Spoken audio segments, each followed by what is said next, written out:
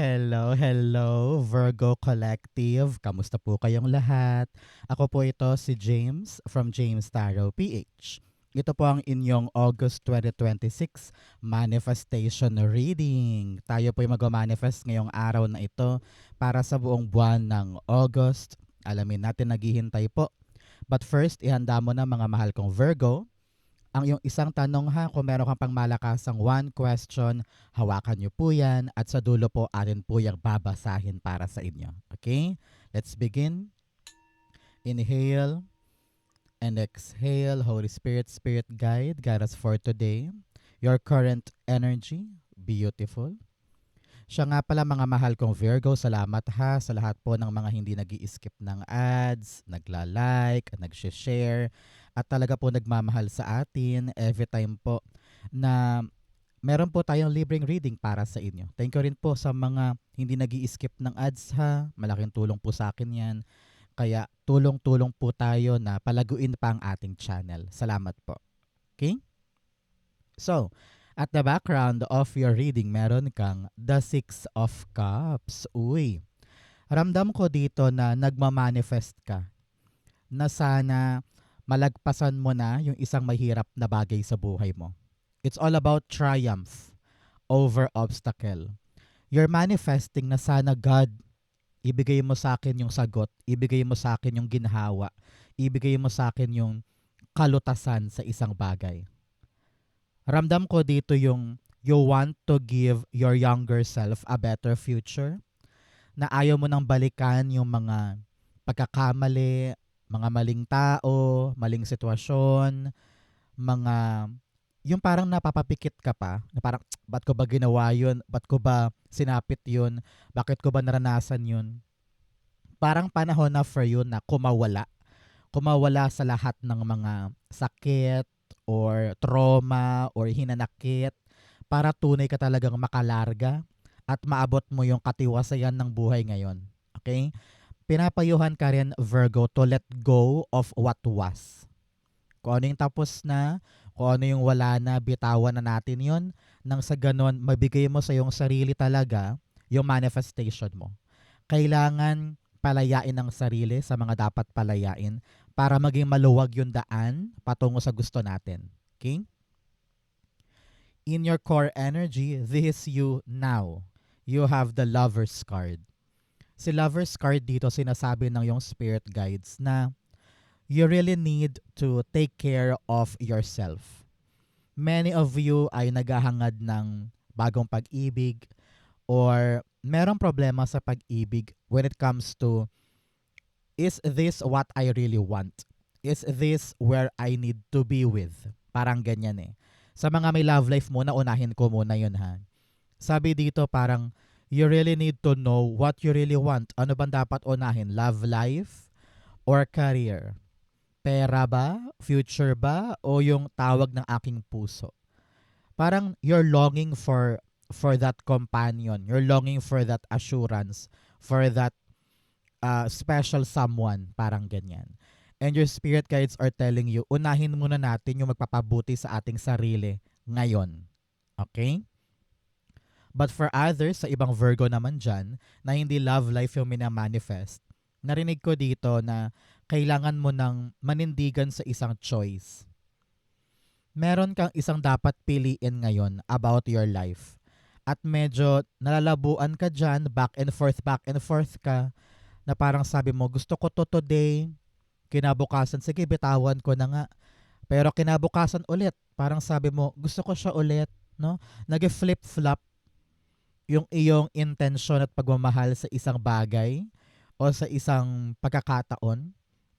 Kaya pinapayuhan ka talaga na, huy, panahon na for you to make up your mind. Tayo ba ay magko-commit sa bagay na ito or hindi? Tayo ba ay kikilos dito or hindi? Kailangan mo mag-decide para magkaroon ng magandang outcome. Kaya nahihirapan kang umandar at nahihirapan kang makuha tong manifestation mo. It's because your commitment should be clear this time. Halimbawa, nahihirapan ka dyan sa paghahanap ng trabaho pa-abroad, no? Kailangan mong i-commit ang sarili mo dyan para makuha mo talaga siya. Parang ganyan. Lover's card, the Five of Cups. Okay, sinasabihan ka dito, Virgo, to really open yourself to something new. Six of Cups is all about the past. Sabi ko nga sa'yo kanina, putulin yung dapat putulin, i-let go yung mga dapat i-let go, nang sa ganon magbukas ang isip mo at ang frequency mo sa mga bagong bagay. At the bottom, Two of Swords. Sabi ko nga kanina, kailangan mong mamili, kailangan mong mag-decide, kailangan mo makita na, huy, itong isang bagay na pilit kong hinahabol na nagpapabagal sa akin ang humaharang sa mga manifestation ko. 'Di ba? So choose the right choice nang sa ganon magbukas yung tamang pintuan para sa'yo. Kailangan mo na mag-move on. Kailangan mo na ihiwalay ang sarili mo sa kahiwa-hiwalay. Okay? So, mga mahal kong Virgo, ano ba yung minamanifest mo ngayon? Comment down below. Ito na yung great time to manifest big things in your life. Okay? In your what's blocking, ano po yung humaharang sa yung manifestation? The Two of Swords. 2 and 2 here. Parang tinatawag ka na alignment. No? I-align mo ang sarili mo sa karapat-dapat mong puntahan. Halimbawa, matagal ka ng kating-kati na gusto mo nang bumalik sa yung nurse career. Dahil call center ka ngayon, sabi mo, gusto ko nang bumalik sa pagiging nurse. Yun ang tawag ng puso mo. Yun ang kamahal-mahal sa iyo ngayon. At nakikita mo na, ay, may posibilidad. Meron akong pwedeng puntahan na para maging nurse. Sabi mo, sige, parang gusto ko nang baguhin ng life ko. Merong ino-offer sa akin sa universe na bagong blessing. Why not, di ba?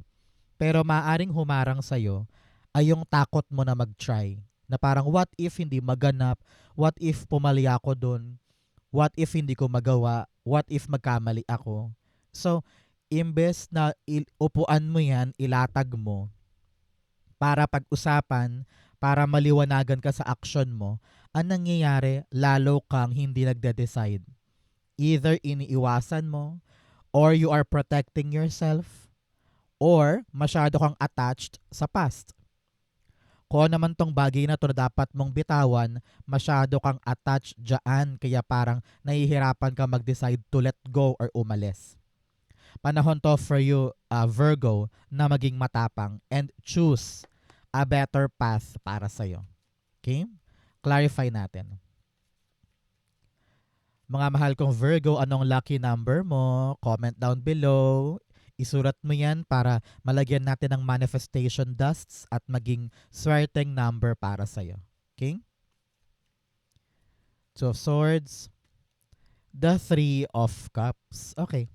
Sabi dito ng yung spirit guides, panahon to para makipag-usap ka patungkol sa mga bagay na gusto mong gawin. You need to open yourself for communication.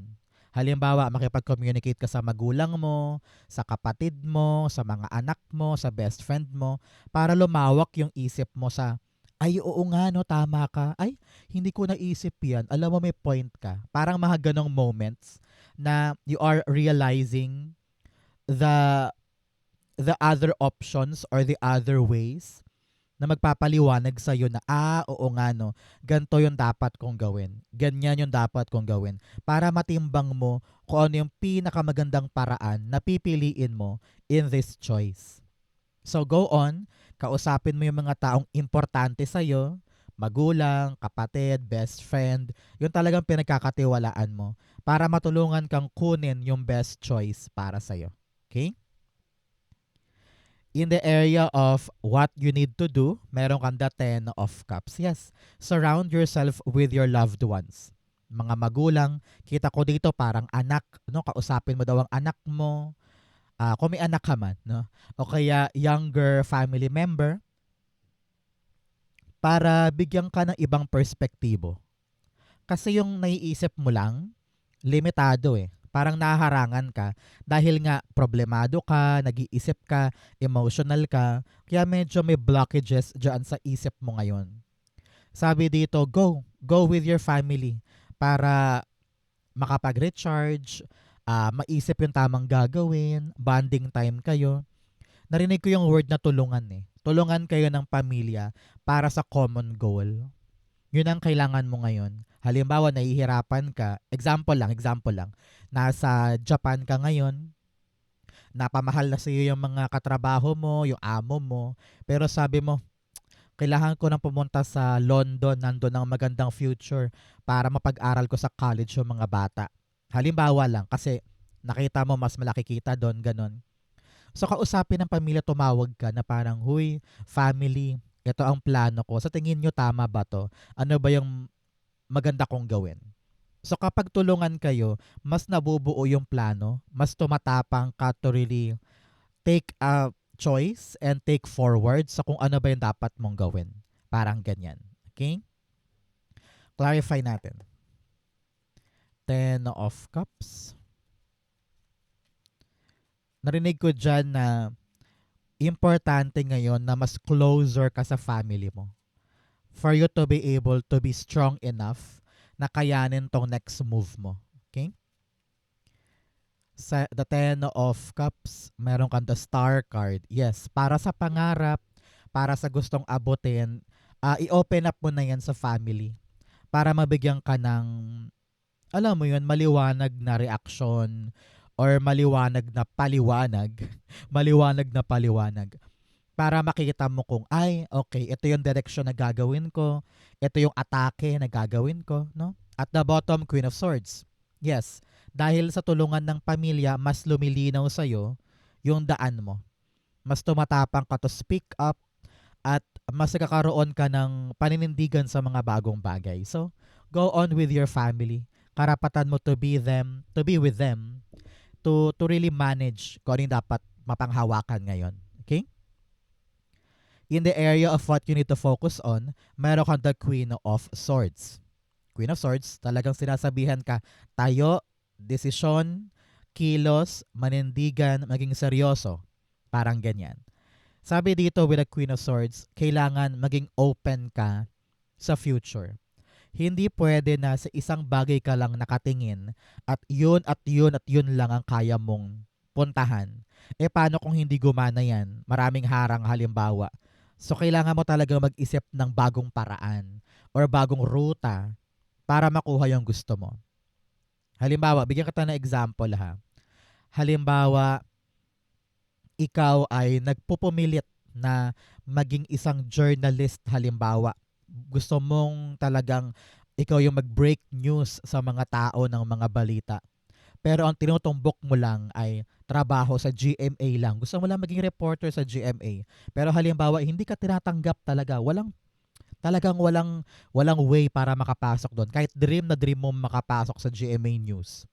So why not look for other options? Marami pa ring ruta na pwede mong pasukan pero matuloy pa rin yung dream mo na maging journalist.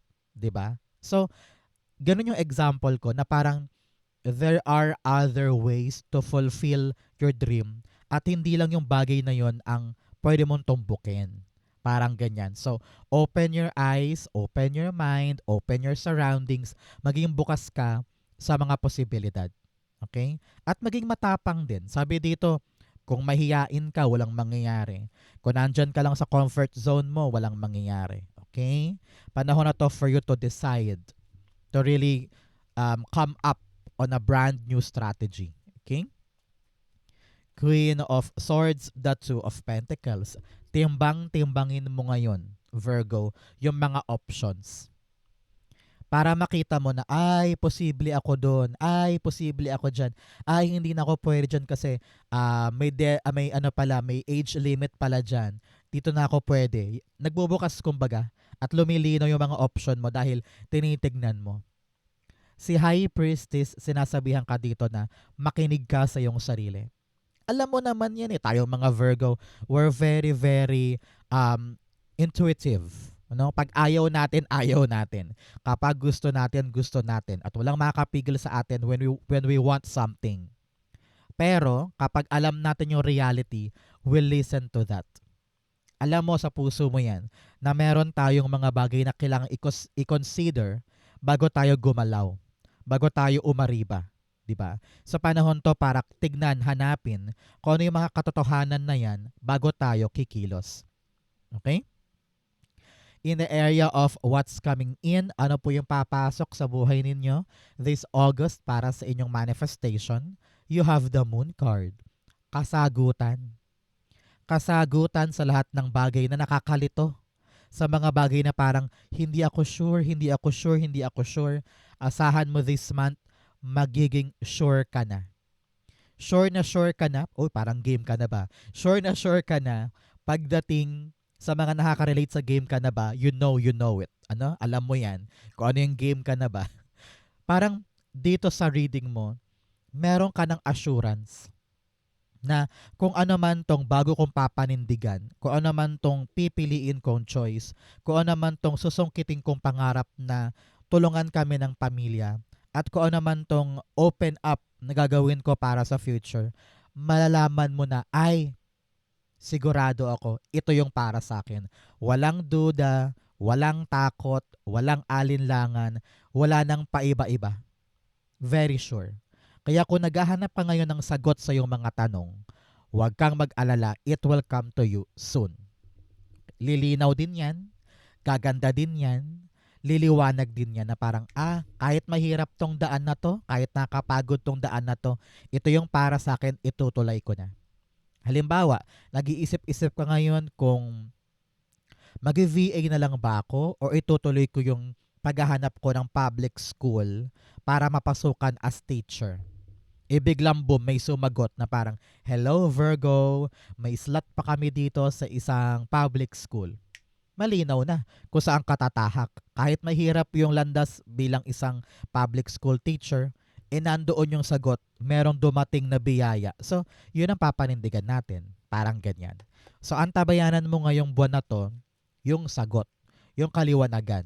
At kapag dumapo sa iyo yan, doon ka sumugsog. Okay? The Moon card, meron kang the King of Wands. Si King of Wands dito, sinasabi niya na kapag luminaw na, maging matapang ka na tahakin yan.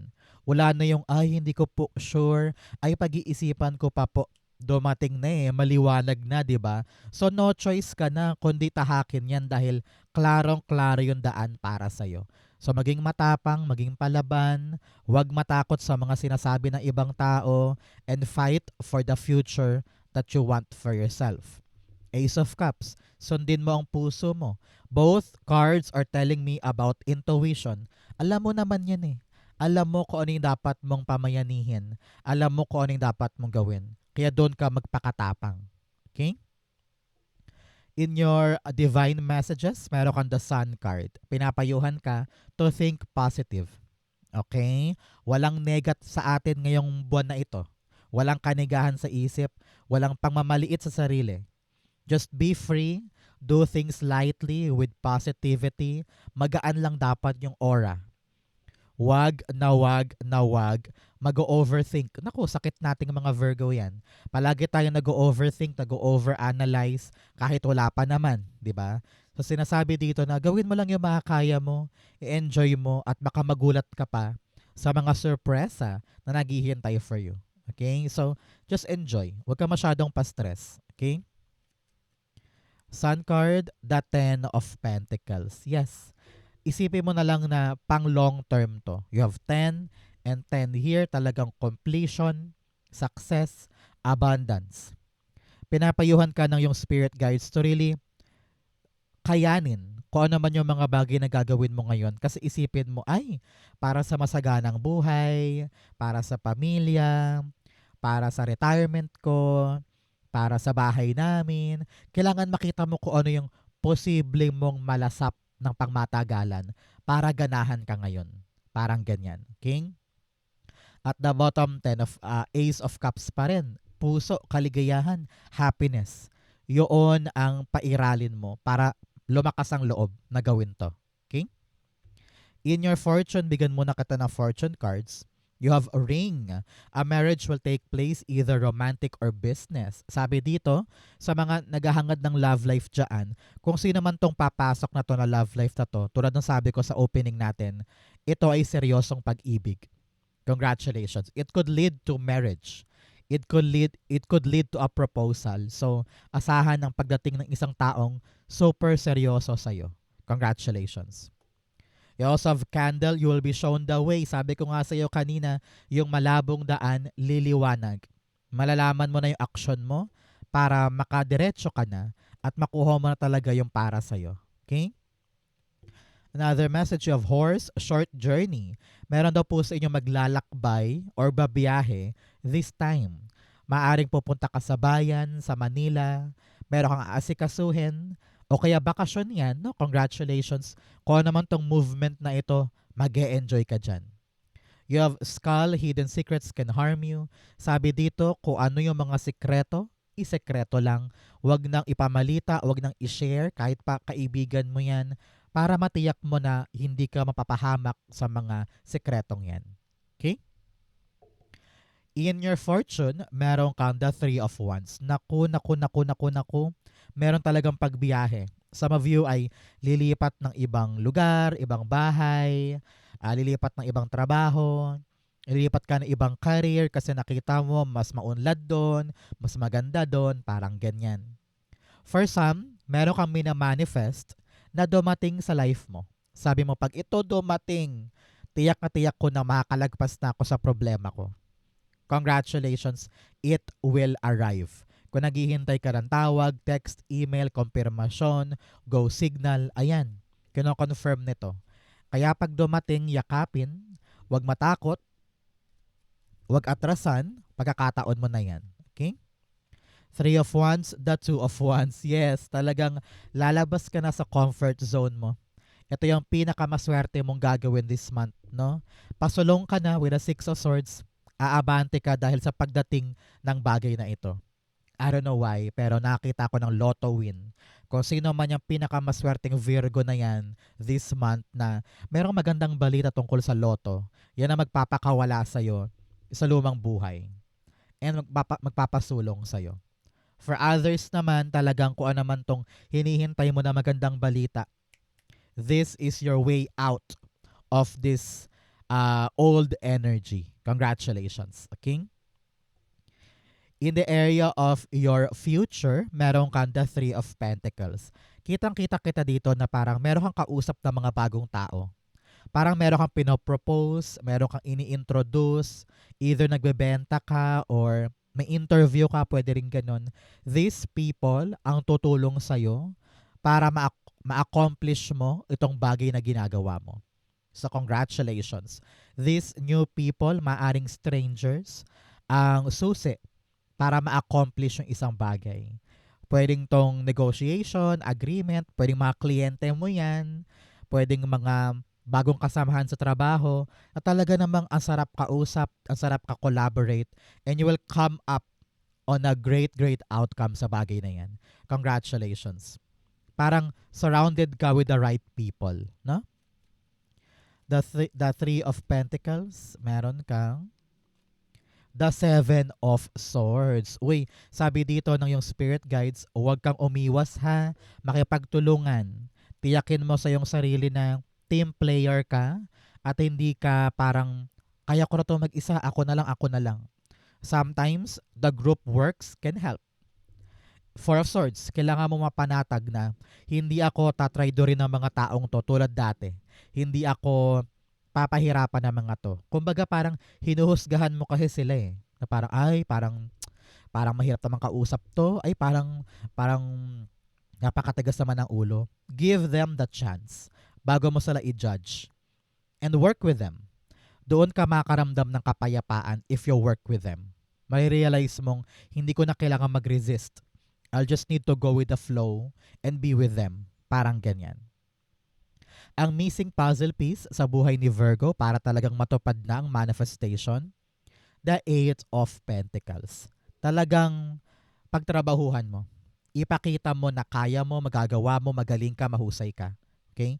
Sabi rin dito kung kaya mo mag-aral ulit. Halimbawa, workshop, training, seminar, or kahit sa YouTube, manood ka lang ng tutorial, makakatulong yan sa'yo para maabot mo yung triumph, tagumpay, sa kinakaharap mo. Huwag kang magpapakita ng kahinaan ngayon. Ipakita mo na kaya mo maging masigasig, dedicated, hardworking, para mangyari yung gusto mo. Kumbaga, do not back down. Do not show na parang pakwit ka na. No. Kayang-kaya mong pagtagumpayan yung bagay na yan. Eight of Pentacles, the Queen of Swords. Yes, you really need to make a choice. Bold, bold choice na gagawin ko to, kibera ko sa inyo. Pangarap ko to maliwanag sa akin na ito yung para sa akin. Kaya I will make sure ibibigay ko lahat ng pawis, pagod, energy ko dyan. Parang ganon. At the bottom, Eight of Pentacles din. Wow, 8-8 is really power and abundance. Meron kang kapangyarihan at lakas para makuha yung tagumpay, panalo na nais mo. Talagang makakalagpas ka na sa mahirap na parte. Patunayan mo sa kanila na kayang-kaya mo. Okay? So, mga mahal kong Virgo, dako na tayo sa yung isang tanong, isang sagot. Pumikit ka na ngayon. Isipin mo yung one question mo. Inhale and exhale. Wait lang. Alam mo, narinig ko dito, baka bulagain ka ng isang promotion. Or parang pipiliin ka for a certain task. So, kunin mo yan. Tanggapin mo yung assignment na yan or challenge na yan. Diyan mo mapapatunayan na kaya mo talaga. Okay?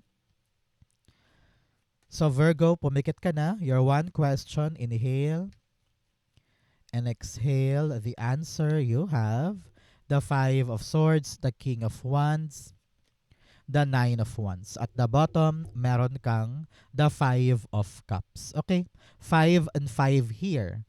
Telling me of change, pagbabago. No? Parang pinapayuhan ka dito na magbago ka ng strategy tungkol sa question mo. If you want to really get that, kailangan mo siya makuha sa ibang paraan. Kung nahihirapan ka ngayon na kunin siya, meron pa daw other option to do it. At doon ka magpakatapang para totally makuha mo yan. Pinapayuhan ka dito to reinvent yourself. Meron ka kasing mga routine, meron ka kasing mga inaatake na para bagang makaluma na. Napatunayan mo na hindi gumagana So bakit yan pa rin yung strategy mo? There's a new other way. Okay, buksan mo ang mata mo sa bagong paraan. Doon ka maging masigasig, doon ka maging action-oriented. And wag mo nang isipin pa yung mga problema on the side. Masyado kang stressed, masyado kang worried, masyado ka nag-iisip ng kanigahan. Kaya imbes na atakihin mo yung bagong paraan, pinapanghinaan ka. No? So sabi dito, yes, push, may paraan pa, meron pang bagong atake, bagong strategy, yun ang gawin mo. At tama na yung pag-iisip masyado. Diyan ka nahihirapan, diyan ka pumapalya. Be brave, be strong. May one chance pa for this beautiful, beautiful way na gagana para sa'yo. Okay? The answer is yes. May paraan, kayang-kaya. Ayusin mo lang ang sarili mo. Huwag kang papadala sa mga problemang yan. Learn to suppress your emotion and be brave. Kayang-kaya ito. Okay? So Virgo, yan po yung isang tanong, isang sagot. Ganon din po ang yung August manifestation reading. Manifestation dust po para sa inyong lahat. Nagaganap na yan. Congratulations. Thank you po mga mahal kong Holy Spirit, Spirit Guides for the clarification today. Thank you po mga kapwa ko Virgo for watching hanggang dulo. I love you. This has been James for James Tarot PH. God bless everybody.